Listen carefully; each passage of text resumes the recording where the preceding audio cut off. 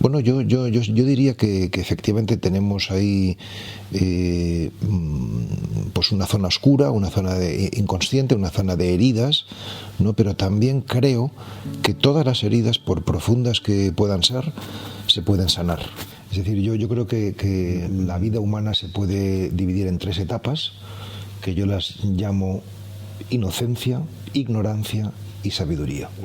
Pero también hay que explicarlo brevemente qué es esto de aceptar. Bueno, pues para mí aceptar es respetar y asumir.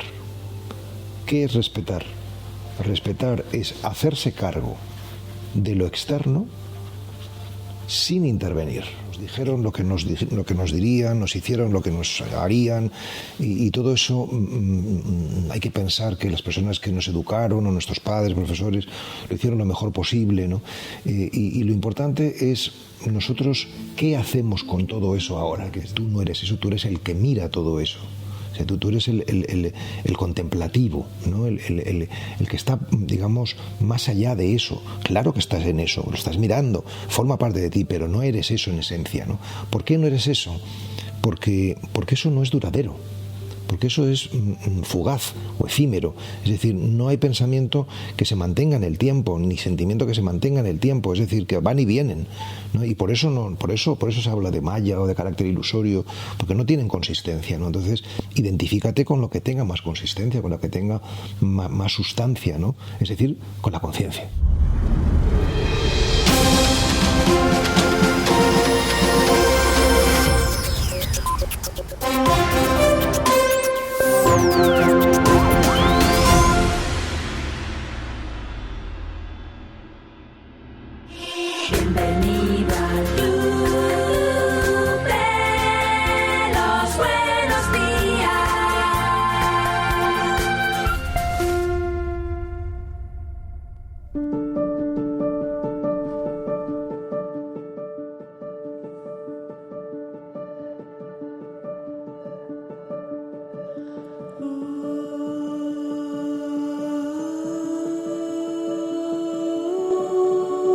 ¿Qué tal, Pablo? Muy bien, dispuesto a todo. Acepto todo. ¿Me permites empezar así, como un poco al grano? Claro que sí. ¿En qué momento crees... Lo que hay que hacerlo pronto. Sí. ¿En qué momento crees, sobre todo de pequeñitos, en que empezamos a creer que la vida es una lucha y no un dejar ser, un fluir? Pues lo primero que viene a la cabeza fue cuando tenía 7 años, o sea que estaba en lo que entonces llamaba segundo de EGB, aunque yo estudié en el colegio alemán que se llamaba Grundstufe 2. Cuando era 7. Entendido, Zwei, ya está. Pues eso, 2, ¿no? Sí. Y entonces yo recuerdo que había 2 o 3 niños malvados en mi clase que me agarraron de la cartera de atrás, que tenía yo mi carterita, ¿no? Y entonces, bueno, me dejaron inmovilizado, ¿no? Y entonces yo creo que yo me dejó totalmente fuera de juego y totalmente indignado, porque claro, no podía defenderme, ¿no? Y yo creo que ese fue el descubrimiento del mal. O sea, decir, bueno, seguramente antes había tenido algún tipo de contrariedad o de dificultad, pero es lo que me ha venido a la cabeza. Y en ese momento tenías 2 opciones: dejar ir, soltar, dejar de luchar, que pasase el momento, o empezar a crearte una cierta coraza ante situaciones así. Mucho me temo que caiga la segunda opción.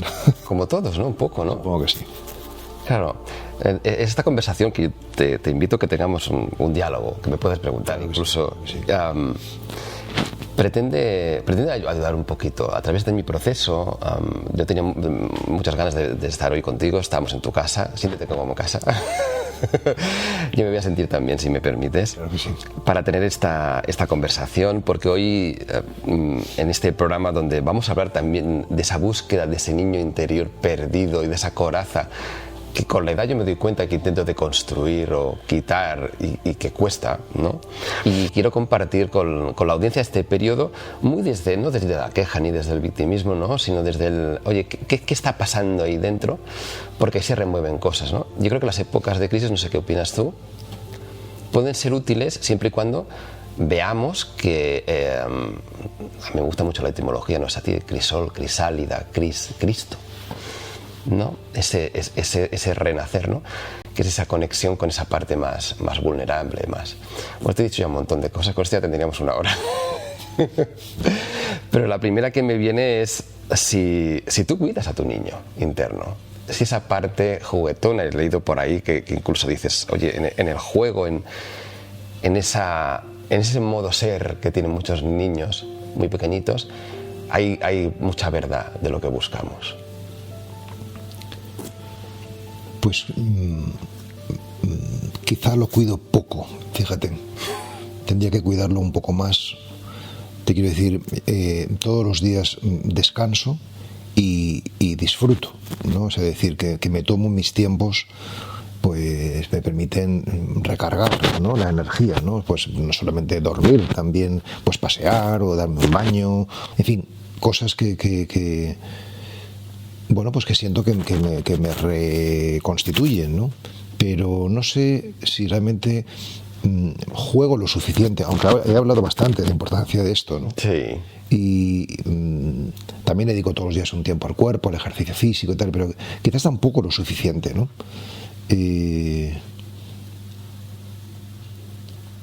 Bueno, yo diría que efectivamente tenemos ahí pues una zona oscura, una zona inconsciente, una zona de heridas, ¿no? Pero también creo que todas las heridas, por profundas que puedan ser, se pueden sanar, ¿no? Es decir, yo me siento en este momento en un proceso de sanación, no diría total, pero completo, pero bastante completo. Es decir, que no veo que hay pocas cosas que me hacen sufrir o que resucitan a ese niño herido, ¿no? Esas heridas vistas como ese trozo roto, que como es el kachuge en japonés, ¿no? Que reconstruye vasijas para darte cuenta de que se puede honrar esa parte herida, ¿no? Es por la herida por donde entra la luz también muchas veces, dicen. O sea, el asunto está en no negar esa dimensión, ¿no? En reconocerla, en mirarla amorosamente, en atravesarla, ¿no? Y darnos cuenta de que más que luchar, hemos de comprender. Se lucha menos y comprende más, ¿no? O sea, yo creo en la vía contemplativa, en la vía de la meditación, pero también creo en la vía cognitiva, en la vía de la comprensión, ¿no? O sea, creo que lo que nos hace mucho bien, bueno, pues es esto que tú estás haciendo ahora mismo, ¿no? De exponernos a información de alto nivel espiritual, vamos a decirlo así, ¿no? O sea, que cuando si tú recibes una información espiritual de alto nivel, vamos a decirlo así, o sea, con contenido de verdad importante, es porque eres correspondiente a esa información, si no, no la recibirías, ¿no? O sea, y eso te transforma, o sea, eso te va reconfigurando, te va reseteando y te va... Entonces, yo algo a lo que dedico mucho tiempo es a exponerme a contenidos de información espiritual altos, ¿no? O sea, porque eso me hace... Cuando dices altos, disculpa, es porque es del tipo que casi que no los entiendo, con lo cual me provocan la indagación, o que no los comprendo o comprendo. El maestro Eckhart, ¿no? El maestro Eckhart evidentemente tiene fragmentos de difícil comprensión, pero bueno, tampoco hay que recurrir a los clásicos, podemos hablar también de algunos contemporáneos, ¿no? Eckhart Tolle, por ejemplo, ¿no? O Gerardo Smedling, o autores que de alguna manera tienen contenidos que realmente yo creo que son muy espirituales, ¿no? O sea, pues beber de esas fuentes nos hace sentirnos mejor y crecer espiritualmente, ¿no?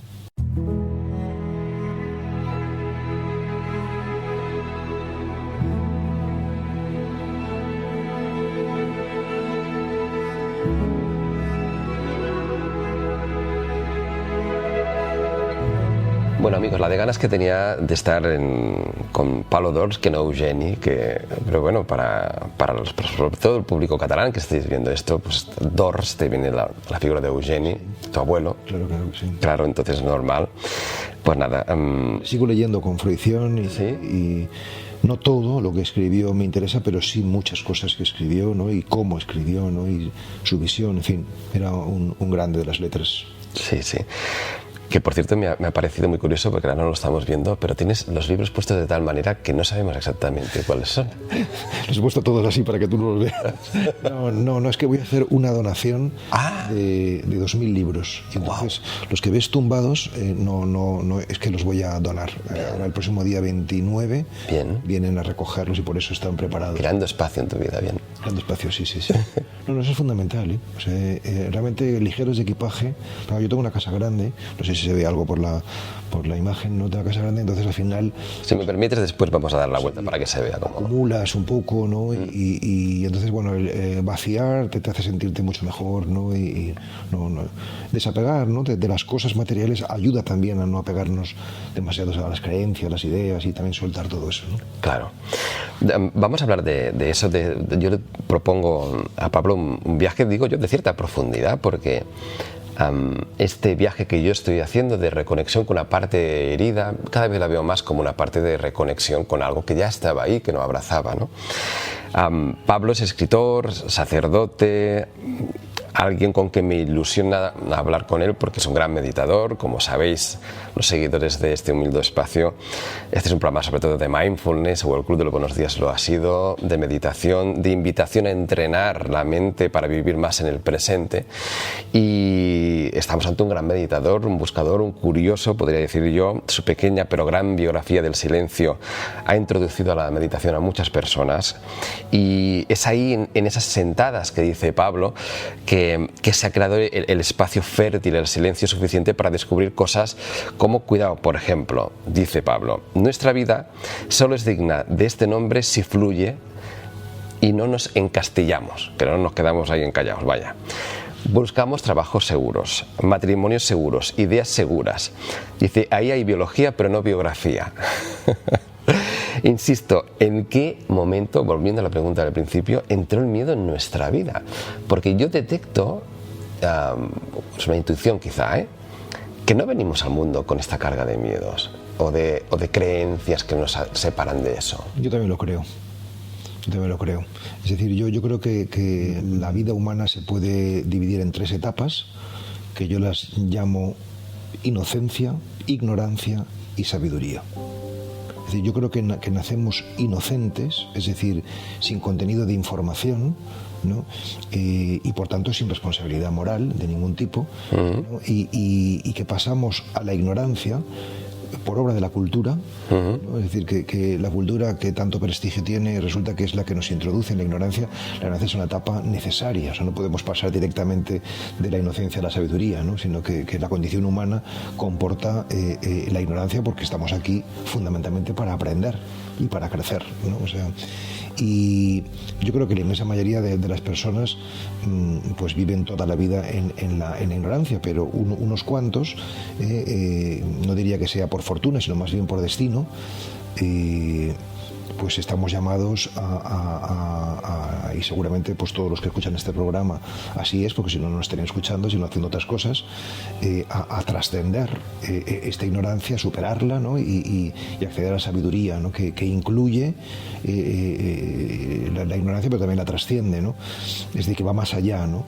Y bueno, para eso estamos aquí, ¿no? Para encontrar las claves que nos ayuden a ir más allá del ego, más allá de lo cultural, más allá de lo mental, ¿no? O sea, y dar paso a lo espiritual. Es decir, que yo creo que el estadio de la sabiduría es transmental, transsentimental, transemocional, transsufrimiento, de que lo que aspiramos es a la liberación del sufrimiento, como decían los místicos, ¿no? Y por tanto a vivir en paz interior, ¿no? A mí me ha servido en mi proceso a lo que todos queremos, que es dejar de sufrir, intentar ver dónde está el sufrimiento para empezar, ¿no? Y claro, darme cuenta que de pequeñito al decirme no llores, no sientas esa emoción, no tengas miedo, cuando ya lo estabas sintiendo. Es decir, no seas humano de alguna manera, ¿no? En una sociedad donde todo apunta un poquito hacia ahí, a que no está bien visto que seas humano, que esto es una cosa que vas descubriendo, digo, vaya mía. Entonces, ahí empezó, creo, gran parte del sufrimiento. Pero yo creo que desde mi punto de vista lo interesante, o sea, no es tanto dónde empezó, que sería una pregunta freudiana, ¿no? O sea, que quiere hacer pues arqueología de la cuestión, sino dónde estamos ahora. Claro, es decir, que en el pasado pues nos dijeron lo que nos dirían, nos hicieron lo que nos harían, y todo eso hay que pensar que las personas que nos educaron, o nuestros padres, profesores, lo hicieron lo mejor posible, ¿no? Y lo importante es nosotros qué hacemos con todo eso ahora. Es decir, que si sufrimos hoy, no es por lo que nos hicieron en el pasado, sino por lo que hoy nosotros nos contamos de lo que nos hicieron en el pasado. ¿Y no nos contamos, perdona, de manera repetitiva, cual piloto automático, claro, aquello que aprendimos y no cuestionamos en su momento? Por eso digo, es decir, si sufriéramos por lo que nos hicieron en el pasado, entonces no habría posibilidad de transformación, porque ya está hecho. Pero en cambio no sufrimos por los hechos, sufrimos por la interpretación de los hechos. No sé, porque no somos capaces de leerlo en una clave más profunda, ¿no? O sea, por ejemplo, dándonos cuenta de que eso que pasó fue perfecto y necesario para llegar hasta donde estamos en este momento. Claro. Te lo digo también porque yo estoy muy de acuerdo, ¿no? A veces hay personas que indagan creyendo que encontrando la respuesta de que si a los 7 años te dejaron solito, depende de qué sitio, y cogiste miedo, va a revelar algo. Para mí eso apunta más a darte cuenta que quizás ese niño, y fue perfecto, en ese momento no supo, no se le validó esa emoción, y no hubo un adulto amoroso que acompañase eso desde el validarlo y de aceptarlo, ¿no? El problema del trabajo con la sombra es que si no estás muy atento, energizas la sombra. Es decir, que ese es el problema del psicoanálisis, por poner la terapia más clásica en este sentido, ¿no? O sea, que prolonga el sufrimiento, o sea, que casi es más traumático hacer una terapia psicoanalítica que el trauma que tienes que Porque superar. no tienes herramientas para verla y arrojarle luz, seguramente, ¿no? Desde un observador más meditador, desde un observador menos juzgón, diríamos, y más aceptador, ahí, como mínimo en mi experiencia de meditación, empiezo a ver mis automatismos. El problema no está en lo que pienso y recuerdo, sino en cómo he ido juzgando. Yo pienso en cómo abordó Jesús de Nazaret, en el cual yo creo, cómo abordó la sombra. O sea, decir, el capítulo de las tentaciones en el Evangelio, que yo lo explico en mi libro Biografía de la Luz, que publiqué hace 4 o 5 años, hace 3 o 4 años, ¿no? O sea, cuando el diablo, según esta versión mítica, ¿no?, le tienta, ¿no? O sea, él responde con una cita bíblica. Es decir, que él no se enreda con lo oscuro, no empieza a buscar si tiene fundamento o no, qué hacer con eso, no, sino que enciende la luz. La palabra es la luz, ¿no? O sea, es decir, que yo soy partidario, o al menos lo aplico así, y me resulta mucho más eficiente de más que integrar la sombra, que evidentemente hemos de hacerlo, no digo que no haya que hacerlo, pero que la manera más eficiente de hacerlo es trabajando con lo luminoso. ¿Para ti lo luminoso es sinónimo de amoroso? Sí. Sí.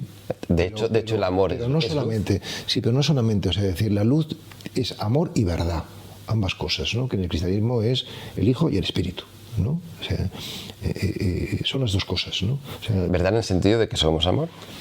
Verdad en el sentido de que cuando si decimos solo amor, el riesgo es una degeneración sentimentalista. Igual que si decimos solo verdad, el riesgo es una degeneración intelectualista. Pero por eso tiene que ir de la mano, ¿no? O sea, decir, Gandhi, por ejemplo, planteó su vida como la búsqueda de la verdad, no la planteó como la búsqueda del amor. Evidentemente, una cosa lleva a la otra, ¿no?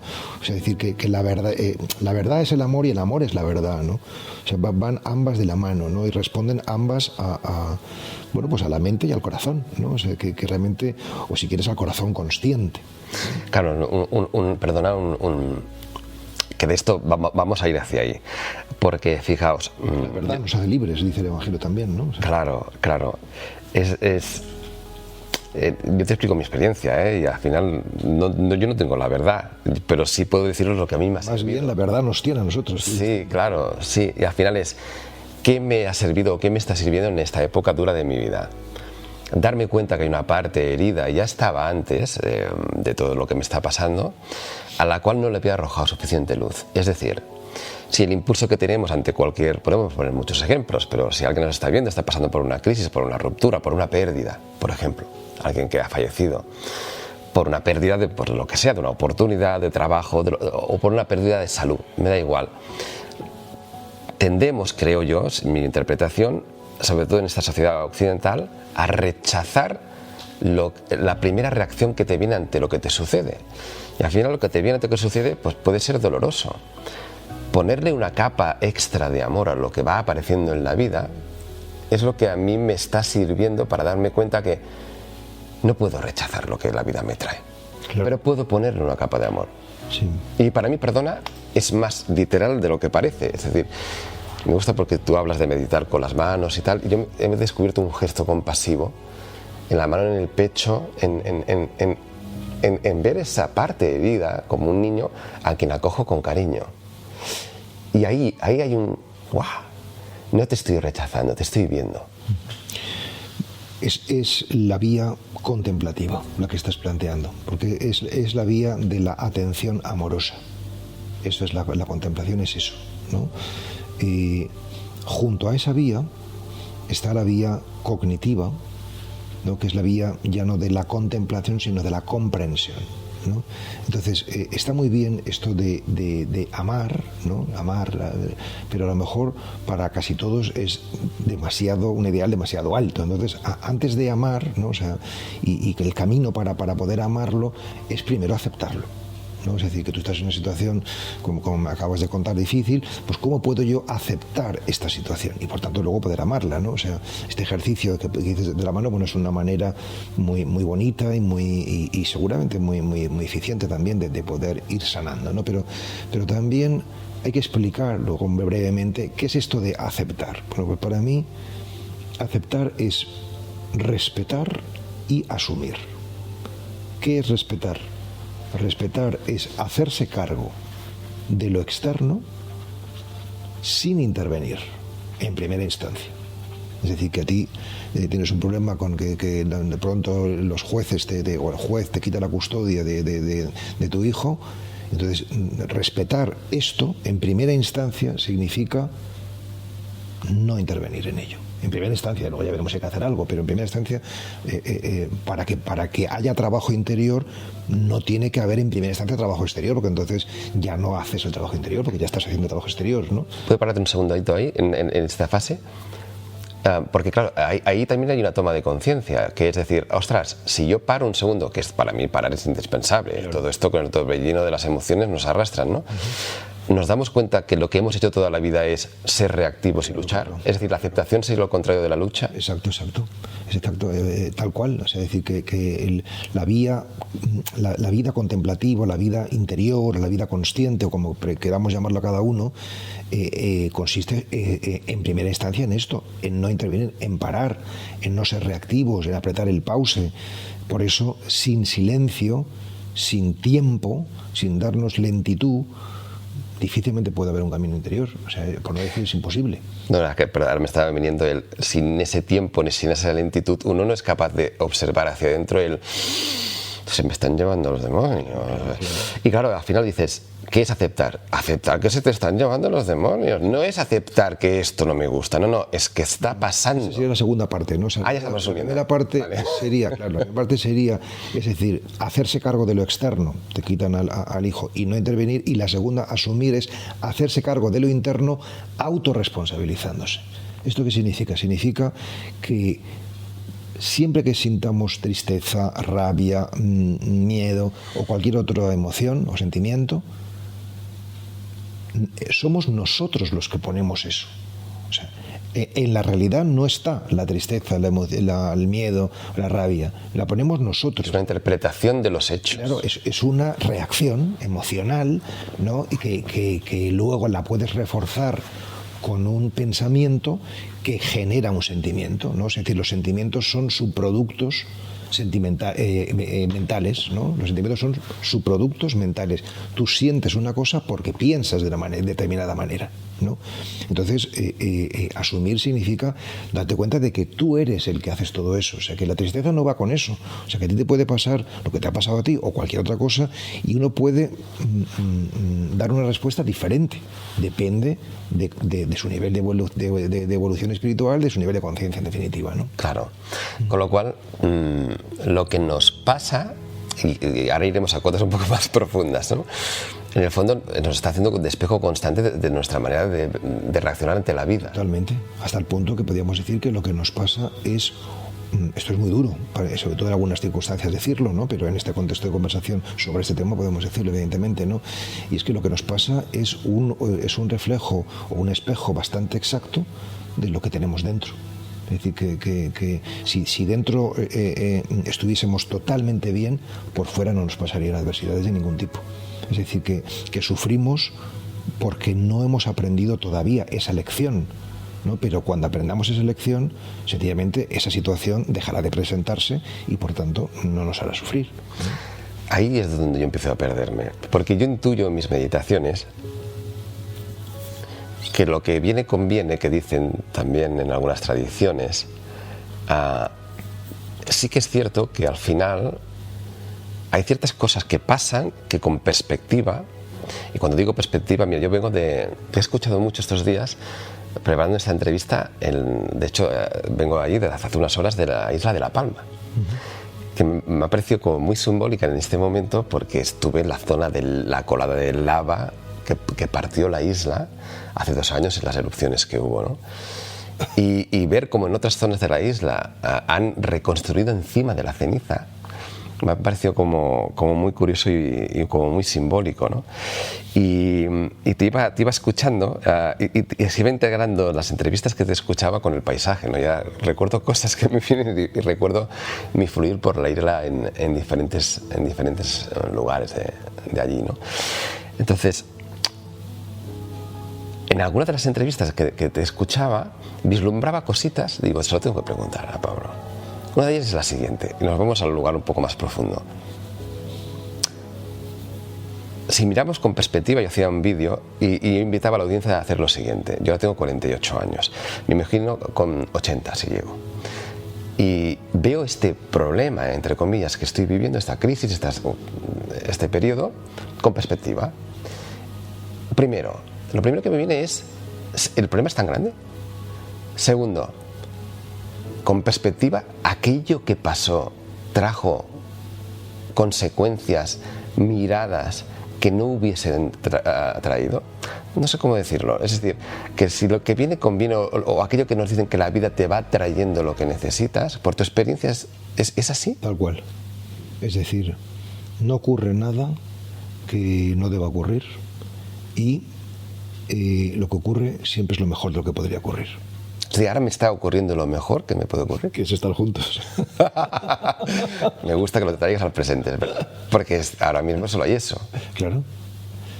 Sí.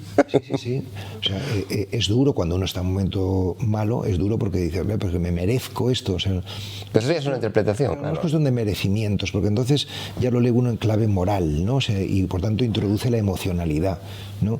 Sino se lee en clave de correspondencia. Te corresponde, nos corresponde a nosotros dos en este momento estar juntos, ¿no?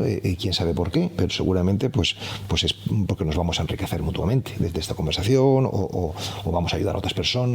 En fin, tiene un sentido, ¿no? En cambio, si ya lo veremos en clave de merecimiento, ahí de manera larvada y sutil introducimos la emocionalidad, y esta es justamente la diferencia entre valorar y juzgar. Es decir, que tenemos que valorar las cosas, ¿no? Al final diremos, este ha sido un buen programa, una buena conversación, o ha sido regular, porque aquí yo tal me trabé o dije una tontería, no pensé bien esto. Pero también es una valoración, claro. Sí, pero en cambio, juicio es cuando ya introduces la emocionalidad y entonces no solamente estás constatando el hecho, sino también diciendo, metiéndote tú por medio, ¿no? O sea, introduciendo tus... O sea, quitarnos de en medio sería un poquito el objetivo. Siempre es lo más sensato. Pero esto no es fácil. Nosotros que llevamos tantos programas hablando de meditar, de darnos cuenta que estamos continuamente con un piloto automático, como una especie de software que hemos comprado ya desde pequeñitos, cuando nos dijeron, oye, esto no se hace así, no cuestionamos. Y generamos una creencia a partir de aquello, ¿no? El ejemplo clásico de los niños, no llores, con lo cual no llores más. Y de mayor te vienen ganas de llorar y no lloras porque te dijeron aquello, y si lloras te sientes culpable. Por eso yo creo que el viaje... Hemos de romper con eso, ¿eh? Hemos de romper con eso. Como nos hicieron esto, ahora hacemos esto. No, nos hicieron esto y ahora que somos conscientes, hacemos otra cosa. Y nos damos, perdona, lo que quizá no supieron darnos sin juicio tampoco. Es decir, claro. Yo intento, los momentos que me viene el lloro, mira, te he traído aquí algunas cosas que usamos de manera muy gráfica, le ponemos humor en este programa, aunque hoy nos vamos a cuotas más profundas, me voy a atrever aquí en casa de Pablo Dors a introducir algunos elementos propios del Club de los Buenos Días. Y uno de ellos, tenemos una especie de triángulo. Hemos generado un método que se llama de mindfulness basado en amor y humor. No sé si conoces, por ejemplo, amor y humor. Basado en amor y humor, sí. MBA, pero entonces le ponemos humor también incluso en el título. Y bueno, lo hemos validado entre comillas en el sentido de que lo hemos validado en nuestra experiencia, pero también de muchas personas como Javier García Campayo, que no sé si conoces, un gran autor de mindfulness, o Vicente Simón, a quien les hemos explicado los métodos y nos animan a que continuemos hacia adelante en esa vía, ¿no? Donde se le introduce un poco de humor, ¿no? Y me hace ilusión explicártelo con toda la humildad, ¿eh? Mira, entonces tenemos una especie de triángulo, y hay que imaginar un triángulo, aquí los oyentes lo han visto muchas veces, y en uno de los vértices tenemos a este ser. Este ser le llamamos Ramona. En realidad es una mona, y de hecho pues en Audible, si recuperáis muchos programas, veréis que el logo del Club de los Buenos Días pues es un servidor con muchas monas. Hemos estado en marquesinas por Madrid, por toda España de autobús, y la gente se preguntaba quién es ese ser con gafas verdes. Pues bueno, pues esta es la Ramona, o la mona clásica del budismo, que va de rama en rama, que representa la mente divagante. Yo le llamo un poco la portavoz de esa parte más egoica, que lo único que quiere es que no suframos. Tiene incluso una voz que yo le pongo, ¿no? Hay que ver, Oliver, que salga bien esta entrevista, que si no la gente te va a decir que hoy estás con alguien importante, ¿no? Que es el rum que me ha acompañado durante toda esta mañana, ¿no? Entonces, esta la tendríamos en un lado, ¿no? Esa voz que va entrando, que nosotros pretendemos no solo no juzgar, sino abrazar. Gracias por el mensaje que me estás dando. Pero a la vez tenemos que tomar conciencia, y nos vamos a otro lado del vértice del triángulo, que hay otra parte que es el niño, que le llamamos nosotros, nuestro niño interior. Este soy yo con 5 añitos y yo me tengo presente allí donde trabajo continuamente. ¿Por qué? Porque yo continuamente veo que esa parte más vulnerable para mí, el niño, o para nosotros, es el cuerpo. Es la emotividad, es el hecho de que cuando le viene a la mente la Ramona de hoy es otro día que no veo a mi hijo, hay una repercusión siempre en el cuerpo, y esto nos olvidamos. Los pensamientos no son estériles, entonces hay una repercusión en el cuerpo, quizá en la boca del estómago, quizá un nudo en la garganta, quizá vuelve la Ramona para decir qué te está pasando en la garganta, y le da otra capa de frustración, de dolor. ¿Cómo salimos de ahí? Pues nosotros hemos creado un tercer vértice, y ese tercer vértice le llamamos el cuidador interno, que es un corazón que se abraza a él mismo y que abraza tanto a los pensamientos como a la reacción de ese cuerpo, ¿no? De ese cuerpo, de ese niño. Por eso hola, estoy aquí, te veo, te abrazo, no te juzgo, ¿no? Practicar cada vez más ya no solo la aceptación, sino el ya estás aquí. Entonces, personas que nos estáis viendo, si estáis pasando un mal momento y eso os provoca mucho mucho no puedo dormir, ir hacia esas sensaciones, verlas como algo natural y perfecto en este momento, pero también ver la capa extra que le estamos poniendo para, wow, puedo soltar. Cuesta, y otra vez me voy y otra vez suelto. Sí, de otra vez y otra vez es muy importante. De hecho, mi maestro Franz Jalix habla de mirada amorosa y breve. Pero claro, si tú miras lo oscuro o lo problemático o la emoción tóxica que tengas en ese momento mucho tiempo, el riesgo es que te rapte y que te entrampes, ¿no? en esa cuestión, ¿no? Y por eso miradas breves y amorosas, ¿no? Esto es un camino más inteligente. Bueno, primero, ¿qué te parece esta aproximación? No es tampoco para validarla, ¿no? Pero, ¿qué te sugiere, ¿no? Ese mirar esa parte, ¿quién no le llamaría oscura? Fíjate. Porque a mí cuando me dicen, es que una depresión o esa tristeza, es que ni siquiera es oscura. Es decir, le ponemos luz, le ponemos amor a esa parte que nos hace humanos. No sé cómo decirle. Vamos a ver, claro que eso forma parte de lo humano, ¿no? O sea, decir, pero una persona que ama y es compasivo es más humana que una persona que asesina y viola, ¿no? Claro. Es decir, que asesinar y violar también forma parte de la condición humana, pero menos, ¿no? Menos, ¿no? Y entonces, digamos que no. Bueno, son personas seguramente muy separadas. Por eso yo creo que a mí me ayuda decir qué es lo más básico y qué es lo más significativo, ¿no? O sea, decir, el cuerpo es más básico y por tanto hay que tenerlo en cuenta porque es lo primordial, ¿no? O sea, pero es más significativo la mente y todavía más significativo el alma, ¿no? O el espíritu, como queramos llamarlo cada uno, ¿no? Es decir, que yo creo que sí que es importante tener una concepción ordenada, ¿no? O sea, de lo que nos constituye como seres humanos, porque no todo tiene el mismo rango, ¿no? O sea, entonces, bueno, me parece bien, pero me parece que a lo mejor en esa visión triangular a lo mejor se puede dar igual importancia a una cosa que a la otra, ¿no? Y lo más importante de todo, a mi entender, pues es el amor, o ese cuidador, ¿no? O sea, que es de alguna manera el que está llamado a trabajar, a incluir y trascender todo eso, los otros dos vértices, ¿no? Y aquí los dos verbos me parecen importantes, incluir y trascender. Es decir, que la persona iluminada, la persona realizada, no es aquella que no tiene sentimientos o que no tiene, pero que no se deja llevar por ellos. Claro. ¿No? Es decir, que simplemente los tiene, los registra, los reconoce, ¿no? O sea, yo suelo decir que hay tres posibilidades. Una, ser insensible, entonces no te importan los demás ni sufres. Otra, ser sensible, entonces te importan los demás y sufres, ¿no? Y otra, ser desensibilizado, que es un poco como la aspiración máxima, ¿no? Y es que te importan los demás, pero no sufres, ¿no? Porque entiendes, has entendido por fin que el sufrimiento no ayuda. O sea, que si alguien está...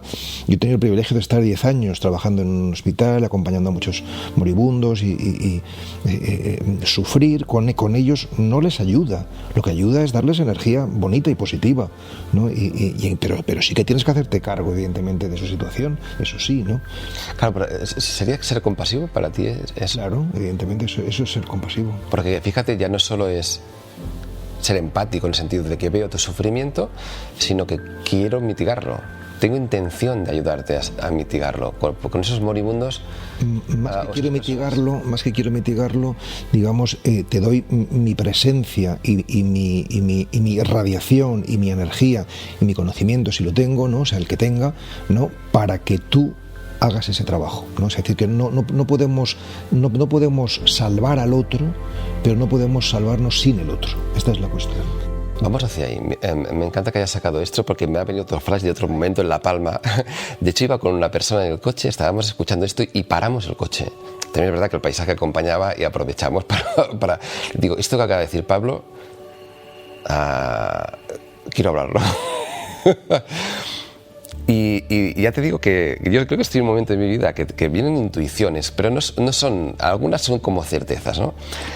Venías a decir, y lo acabas de decir ahora, es ¿de qué estamos haciendo en el fondo cuando, creo yo, recordamos, que a mí me gusta mucho la etimología, ¿no? Recordar y recordis, de volver al corazón, ¿no? O sea, que nos hemos olvidado. O sea, nos hemos olvidado de ser lo que ya éramos.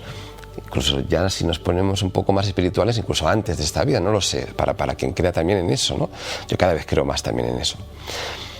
Y decías algo así como, ¿quién somos? Pues somos en esencia lo mismo, es decir, de alguna manera la separación que creemos ver que puede haber ahora entre tú y yo, o vernos como oposición al otro, es lo que nos acerca del sufrimiento. Y lo que tú apuntabas en la conversación, a ver si soy capaz también de apuntarlo yo bien aquí, era que ya no solo sana la conexión amorosa con otra persona, la conexión empática, o compasiva, sino que a mí me viene un poco, esto no lo decías tú, lo digo yo, que sana porque eso ya nos devuelve a nuestra naturaleza. Claro. Es decir, es que ya éramos así, o ya somos así en esencia. Somos así. ¿Sí? Sí, sí, sí. Sí. Es decir, lo que nos hace sufrir es que nos identificamos con lo que no somos. Y lo que nos hace estar bien es saber quiénes somos, ¿no? O sea, decir, y serlo, ¿no? O sea, decir, no perdernos, ¿no? Es decir, si tú te identificas con el ego, te identificas con tus pensamientos, te identificas con tus sentimientos, te identificas con tus emociones, ¿no? Pues estás condenado a sufrir, porque es lo que hace el ego es sufrir, ¿no? O sea, lo tenemos experimentado, llevamos toda la vida viviéndolo, ¿no? Y en cambio, si te das cuenta de que tú no eres eso, y para eso sirve la meditación, la observación, la introspección, ¿no? La indagación, me gusta a mí decir, ¿no? Y pues te vas distanciando de eso, te vas dando cuenta de que tú no eres eso, tú eres el que mira todo eso. O sea, tú eres el contemplativo, ¿no? El que está, digamos, más allá de eso. Claro que estás en eso, lo estás mirando, forma parte de ti, pero no eres eso en esencia, ¿no? ¿Por qué no eres eso? Porque eso no es duradero.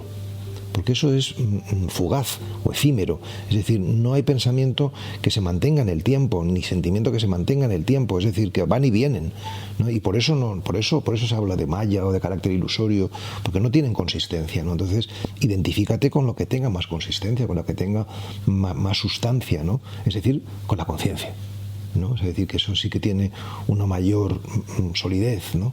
Y entonces, cuando estamos ahí, en la conciencia, sencillamente sufrimos menos o no sufrimos. ¿Llamas conciencia a eso que podríamos llamarle misterio, a eso que podríamos llamarle amor, a eso que podríamos llamarle Dios? No exactamente, pero se acerca. Se acerca, sí. O sea, decir, yo pienso como el maestro Eckhart, ¿no? O sea, que una cosa es Dios, otra cosa es la divinidad. Es decir, que de alguna manera lo que crea Dios es la conciencia, ¿no? Y que nosotros podemos ser conscientes, pero que Él trasciende también eso, ¿no? Eso es lo que yo, junto con el maestro Eckhart, católico, creo eso, ¿no? Es decir, cuando decimos, por ejemplo, que tú y yo somos lo mismo, o partimos de lo mismo. Claro, pero es lo que decía Jesús de Nazaret en el Evangelio, ¿no? Que todos sean uno, Padre, como tú en mí. Es decir, que la aspiración o la meta, el horizonte del proyecto humanidad es efectivamente que descubramos y vivamos que somos uno, con el misterio, con Dios, como queramos llamarlo cada uno, ¿no? O sea, que en realidad lo somos, pero bueno, no lo sabemos, no lo hemos descubierto. O sea, una cosa es lo esencial, somos eso, y otra cosa es lo existencial. En la existencia, pues todavía estamos en el mundo de las formas, no estamos en el mundo del fondo. Entonces, pues en este mundo de formas podemos tener vislumbres, podemos tener portales de eternidad, donde de alguna manera experimentamos que el reino de Dios está en medio de nosotros, como dice Jesús, pero normalmente muchas veces pues estamos fuera y dentro, no estamos todavía en eso, no estamos en el fondo, estamos en las formas, ¿no? Día, ¿no? Claro, es una sociedad donde dicen el día que se demuestre científicamente, pero claro, al final siempre vamos a necesitar aparatos mejores para demostrar, depende de qué. Entonces la ciencia no sé, es como si tú necesitas que te demuestren que amar es bueno para poder ponerte a amar a una persona. No hace falta que la ciencia ponga el sello, ¿no? Yo tengo la impresión de que hoy vivimos la ciencia como hace unos siglos vivían las religiones. Es decir, que si no ponen el sello de Neil Obstadt, no creemos que sea legítimo. No, bueno. A mí la verdad es que yo no sé si por lo de mi hijo, porque ahora cuando me decías sin duda a la pregunta de que no hay separación, ¿no? Yo no sé si lo decía incluso Einstein, ¿no? Que el gran problema es de la sociedad es que vivimos en la ilusión de la separación, que esto lo diga un científico como él, me parece como muy fuerte. Después digo, oye, explícamelo. A mí me quedo con él, explícamelo un poquito mejor, ¿no? Yo creo que la metáfora del cuerpo, que utiliza San Pablo en el Nuevo Testamento, no somos un cuerpo, es una buena metáfora, porque en un cuerpo, o sea, decir, yo no soy mi dedo gordo del pie, porque si me lo tengo que cortar, yo sigo siendo yo, ¿no? Claro. Pero el dedo gordo del pie forma parte de lo que yo soy, ¿no? O sea, decir que entonces claro, si vas quitando partes del cuerpo, ¿no? Y al final no queda nada, ¿no? Pues esa es la gran cuestión metafísica, ¿no? O sea, decir que y ahí están los místicos diciéndonos pues eso, ¿no? Pero yo creo que esa metáfora es muy bonita, muy expresiva, ¿no? Para darnos cuenta de que nos identificamos con el dedo gordo, pero realmente somos eso y más, ¿no? O sea, incluido, y lo trascendemos, ¿no? También hay una cuestión que no sé si la ciencia lo va a demostrar algún día o no, pero los que hemos meditado mucho intuimos eso. Ahora mismo, cuando yo te preguntaba si no hay separación, si tú y yo, me ha venido un arrebato de emoción y de lágrima. Entonces yo no tengo ni idea de dónde me ha salido a mí eso. Quizá también es porque por mi separación física con mi niño ahora, mi niño externo, mi hijo, y por unas meditaciones que hago yo de conexión con él por las noches, ¿no? Y hay momentos de paz. O sea, no son... Porque a veces yo también creo que buscamos en mucha respuesta espiritual ya no hago nada, ya creo en algo más, ¿no? Pero también es verdad que yo creo que estamos pasando al otro extremo desde hace muchas décadas, que es, sobre todo los más jóvenes, no lo sé, que es esta sociedad muy científica donde yo no creo en Dios, no creo en nada, y al final yo me di cuenta de que había un error en mi concepción cuando yo no creía en nada hace un tiempo, cuando me di cuenta que aquello también era una creencia. Creo que es Simone Weil que apunta también hacia ahí, ¿no? De, mirad, o sea, podéis decir que no creéis en Dios, pero abriros a la posibilidad de, o sea, no digáis que todo no, o sea, no os vayáis al polo opuesto. Admitid que es una creencia también, ¿no? El tema es que estamos llamados a pasar de la creencia a la sabiduría. Es decir, no, la creencia es algo que te han contado y que tú te crees, ¿no? y te ayuda, ¿no? O sea, es decir, que creerlo para vivir, ¿no? O sea, y en cambio la sabiduría ya es la experiencia, ¿no? Es decir, que tú has verificado una y otra vez en tu vida que eso es así. ¿Y cómo lo has verificado tú?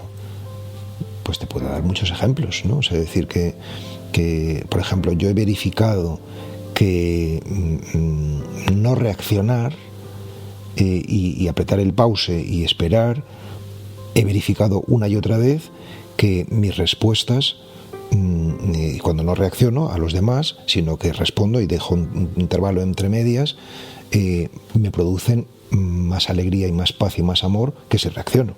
O sea, esto lo he verificado una y otra vez, ¿no? Y por tanto he comprendido espiritualmente que darse tiempo es bueno. Pero has podido... Esto ya es algo que no es que yo crea que darse tiempo es bueno, sino que lo sé. Vale. ¿Y cómo has verificado que somos algo más? Que hay esta conexión, que... Bueno, esta verificación siempre es experiencial, ¿no? Es decir, que no es una verificación mediante un aparato de laboratorio, ¿no? Sino mediante ese aparato de laboratorio que somos cada uno de nosotros, ¿no? O sea, es decir, bueno, yo, en primer lugar, yo de muy jovencito, con 19 años, tuve una experiencia mística. Es decir, realmente yo tuve una experiencia de presencia de Dios, ¿no? O sea, muy clara y muy rotunda. O sea, tuve ese privilegio y esa responsabilidad, ¿no? O sea, es decir, que a partir de ese momento yo supe, y lo sigo sabiendo, de que eso que yo experimenté eso es lo real. Todo lo demás es, bueno, pues, en fin, el camino para llegar a eso, ¿no? O sea, yo tengo esa experiencia, ¿no? O sea, igual que te dice, pues yo tengo la experiencia no sé, de amar a mi hijo, ¿no? Pues yo no te voy a discutir, tú amas a tu hijo, o sea, si tú me lo dices, pues yo me lo creo, ¿no? O sea, eso por una parte, ¿no? O sea, y luego tengo también la experiencia, no tan absolutamente rotunda e incuestionable como esta, que acabo de relatar muy brevemente, de la práctica meditativa, ¿no? De la práctica meditativa durante estos últimos 20 años, mañana y tarde, pues me ha hecho comprender y entender profundamente que yo no soy este cuerpo, estas emociones, estos sentimientos, estos pensamientos, estas creencias, estas identidades, ¿no? Sino que hay una realidad espiritual, ¿no? Que la podemos llamar Dios, la podemos llamar conciencia, o la podemos llamar como cada uno en el universo, como cada uno quiera, ¿no? Que es lo que realmente es. Es curioso porque yo creo efectivamente que muchas personas están llegando a esta parte espiritual a través de la meditación, sí, a través del silenciamiento. Es la manera más directa y más rotunda de llegar a ello si se persevera y se tienen buenos guías y en fin, porque también hay muchos caminos en fin, que son un poco discutibles, ¿no? Claro. Ya para ir finalizando, si te parece de este ratito, claro que sí, tan fértil esperamos y deseamos que hemos compartido con vos. Hablo de muchísimas cosas muy jugosas, creo, sí, muy profundas, ¿no? Claro. ¿Cómo podríamos ayudar a la audiencia, a las personas que están siguiendo este espacio, esta charla, a hacer este camino a la sabiduría? La sabiduría, podemos explicar un poquito más, tiene una concepción, en el budismo también la tiene un poco así, del darse cuenta, ¿no? Del vivir cada vez más y interiorizar de manera cognitiva. Sabiduría viene de sabor, ¿no? Saber, sabor, ¿no? O sea, un camino de experimentar, de experimentar pues la condición humana y la esencia, ¿no? de la vida, ¿no? Experimentar la vida. Claro, si uno mira hacia adentro, me doy cuenta que cuando paro y respiro y no soy reactivo, como decías antes, las reacciones que surgen a partir de ahí están mucho más enlazadas con un yo más profundo, ¿no? Por eso es sabiduría para mí, por ejemplo, ¿no? Sabes, tienes más certeza. Yo diría que la mejor manera de ayudar es ayudándonos a nosotros mismos. Es decir, que el mejor servicio que podemos prestar a la humanidad es nuestro crecimiento interior. Es decir, que realmente o sea, la misión no debe distraer del destino. Es decir, que la misión es lo que hemos venido aquí a hacer para los demás, pero el destino es lo que hemos venido a hacer aquí para nosotros, ¿no? O sea, es decir, y muchas veces utilizamos, entre comillas, la misión, el ayudar a los demás, para no hacer el trabajo que tenemos que hacer nosotros. Claro. ¿no? O sea, pero ¿se puede ayudar a los demás si no nos hemos ayudado? No. Es decir, que realmente nuestra ayuda a los demás, si no nos ayudamos, si no cumplimos nuestro destino, es superficial, incluso puede ser contraproducente, ¿no? O sea, en lugar de quitar la paja del ojo ajeno, dice el Evangelio, quítate tu viga, ¿no? Es decir, que primero debemos trabajar en nuestra viga. O sea, ¿qué haces limpiando la casa ajena cuando la propia la tienes hecha polvo? O sea, paso uno, limpiar nuestra casa. Quiere decir, primero ver la suciedad. Primero vernos a nosotros, ¿no? Y trabajarnos a nosotros, ¿no? Y lo otro es la añadidura. O sea, la misión, nosotros ponemos mucho el foco en la misión, porque claro, la misión nos hace sentirnos activos, engorda el ego, ¿no? Claro. Es decir, mientras que lo otro es crudo. O sea, el destino siempre se reconoce porque nos cuesta. La misión se reconoce porque nos es fácil, o sea, porque nos sentimos llamados a ello, ¿no? O sea, y entonces, no perder de vista. No que has venido a hacer para los demás, sino que has venido a aprender tú, ¿no? O sea, y eso es muy fácil reconocerlo, porque todo lo que se te presenta una y otra vez es que has venido a aprenderlo y no lo has aprendido, por eso se te presenta una y otra vez. Y si tú fracasas en una relación sentimental, otra, eso está en tu destino, que tienes que aprender eso, porque por eso estás fracasando en eso, ¿no? O sea, tú sabes la de años que me ha costado entender la frase típica de que hemos venido a aprender a amar. Porque yo, más jovencito, pensaba, pero ¿qué pasa que no sé amar? O sea, cuando tenía 4 años yo no sabía amar. Entonces me doy cuenta que después de los 4 años, por estos condicionamientos, por este alejamiento de lo que realmente somos, en realidad lo que tenemos es que desaprender lo aprendido para conectar con lo que en parte ya sabíamos de una manera más intuitiva. En parte sí, aunque no del todo tampoco, porque yo creo que la sabiduría no es exactamente un retorno al paraíso original, sino que, es decir, que sabiduría no es lo mismo que inocencia, es una segunda inocencia, pero segunda. O sea, que no es lo mismo que lo que tenía. Con conciencia. Claro, y con experiencia, ¿no? Poniéndole luz. Es decir, desde el adulto que soy, en teoría, soy más consciente de eso, ¿no? Y soy más consciente, en el fondo, para ya ir hacia ahí, que somos esa parte amorosa. Yo, no sé, el mensaje final que me gustaría transmitir en esta conversación, ¿no? En este programa, es que este camino de la consciencia, vamos a decir así, o del crecimiento interior, es posible. O sea, que realmente podemos hoy tener menos sufrimiento que hace un año y el año que viene tener menos que el que tenemos hoy. Es decir, que podemos crecer hacia la paz. no sé, ser cada vez... Yo utilizo este triángulo, ¿no? O sea, a mayor comprensión espiritual, mayor paz interior, y a mayor paz interior, mayor energía vital, ¿no? Entonces, es como un triángulo que se retroalimenta, ¿no? Porque, perdona, la energía ya no está puesta en la lucha. Claro. En el que debería ser para gustar más, que en el fondo lo que hacemos normalmente es querer más amor, que no somos capaces de darnos a nosotros. Queremos más amor porque no nos damos cuenta de que somos amor y que no lo necesitamos. Es decir, que realmente no necesitamos a nadie para ser feliz, aunque esto suena así como muy duro, ¿no? O sea, sino que realmente para amar basta uno, cada uno de nosotros. Necesitamos a alguien para compartirlo. Claro, exacto.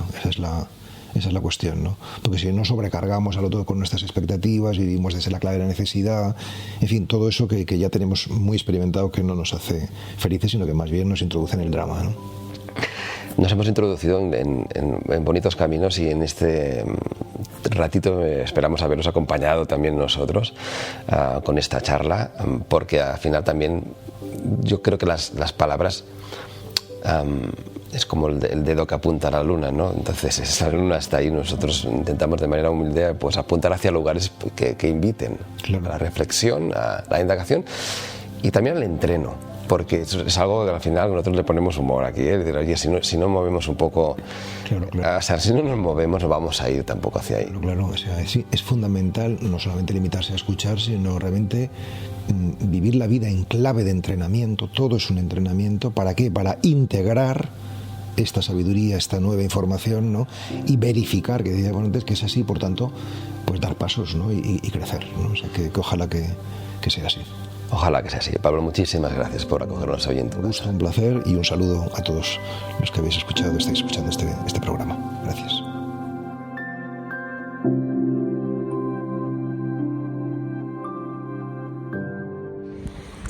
Wow, menudas propuestas, menudas palabras sabias las de Pablo Dors que acabas de ver en esta entrevista. Son como para volver a ver la entrevista, subrayar en una libretita algunas de las propuestas, pero yo me quedo con la básica, la necesidad, capacidad que podemos tener nosotros de moldear nuestra mente para vivir más en el presente y salir del estrés y la ansiedad y vivir de otra manera más sabia. Me quedo con eso. Este es el primer capítulo de muchos y es una versión en vídeo del podcast que puedes escuchar cada día del Club de los Buenos Días. Cada día en Spotify, en iVoox, en Apple Podcast, allí nos encuentras. Déjame también hacer mención a aquello que puedes hacer para pasar de la teoría, que está muy bien, a la práctica, que es lo que se debe hacer.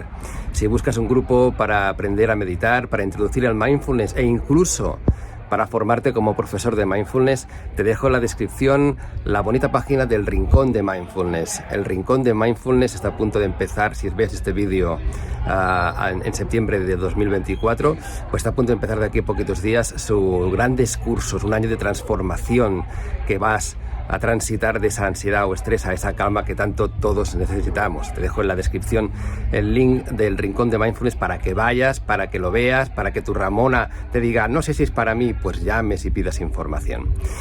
Y nos vemos la semana que viene con nuevos contenidos. Muchas gracias por darle a like, por compartirlo, por poner 5 estrellas, por ayudarme en este proyecto que nace con este vídeo de esta semana. Un beso inmenso.